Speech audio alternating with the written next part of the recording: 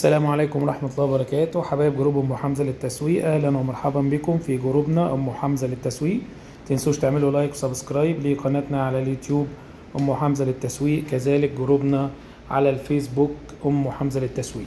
اللي حابب يطلب حاجة يا جماعة نوصل له لحد باب البيت، أو اللي حابب يستلم من معرضنا في حلوان، رقم التواصل الأسرع حاجة عايزين توصلوا تتواصلوا معانا على رقمنا على الواتس 010-13-83-0875.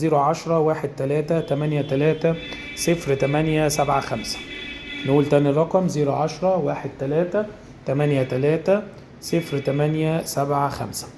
طبعا لو قلنا المكانس اللاسلكية يبقى طبعا على طول هي رقم واحد في السوق، الأجود والأفضل والأكثر تكنولوجيا والأغلى سعرا هي مكنسة دايسون. زي ما انتم عارفين يا جماعة دايسون بتنزل بإصدارات كتيرة، الفي 11 الفي 12 الفي 15، كان قبل منها في 10 وفي 8. هي افضل مكانس موجوده في السوق، اغلاهم افضلهم من ناحيه البطاريه. اللي معانا في الفيديو دي هي المكنسه الفي 11. المكنسه دي يا جماعه بتاريخ الفيديو ده نازل عليها فلاش عرض فلاش يعني بيقعد لمده يوم او يومين بفضل الله. اسالوا في اي جروبات مش هتلاقوا السعر ده غير عندنا فقط لا غير. نازل عليها عرض رهيب يا جماعة، اللي حابب يلحق يتواصل معانا ياخدها بسعر عرض ان شاء الله، سعر مميز. اتواصلوا معانا على الواتس نقول لكم سعرها. زي ما انتم عارفين يا جماعة الفي 11 هي تكنولوجيا عالية. المكنسة دي بتيجي فيها شاشة ديجيتال، هنا ده شكلها، بنقدر نحدد من خلالها قوة الشفط اذا كان ايكو اقتصادي او ميد اللي هو الوسط او البوست اللي هو اعلى حرارة اعلى درجة شفط. بتيجي بتانك تقريبا 500 مللي التانك بتاعها ده لشفط الاتربة. دي طبعا الماسورة بتاعتها مش عايزين نفكها بصراحة عشان تفضل بزاوتها كده ويروح العميل بتاعها. بيجي بقى معاها مجموعة فرش متميزة.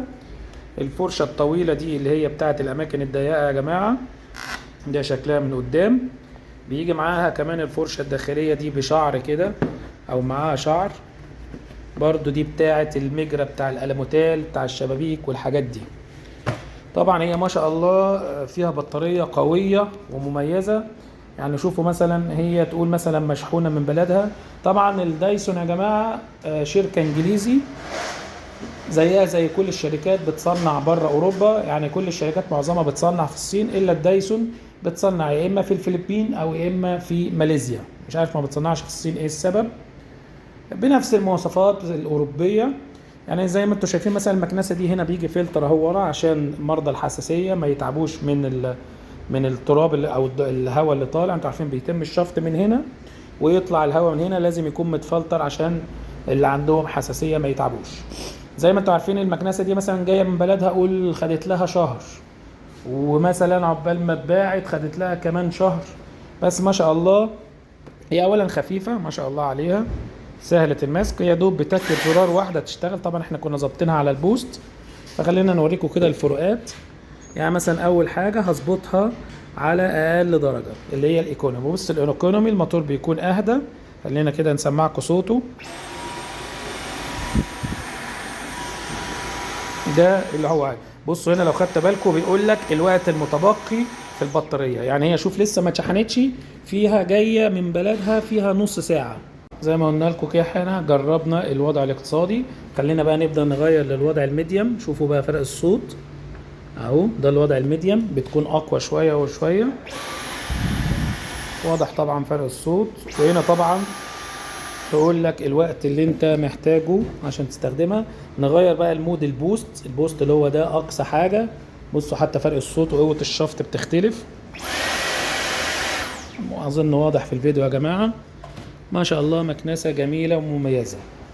بيجي بقى معاها كمان ادي الشاحن بتاعها، بيكون هنا في الكرتونة، لا مش في دي، اهي في دي.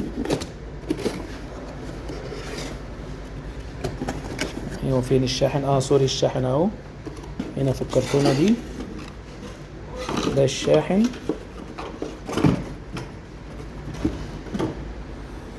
اهو. ما شاء الله لونه جميل كده. طبعا هرتز اهم حاجة 50 60 110 240. خلينا نرجعه مكانه.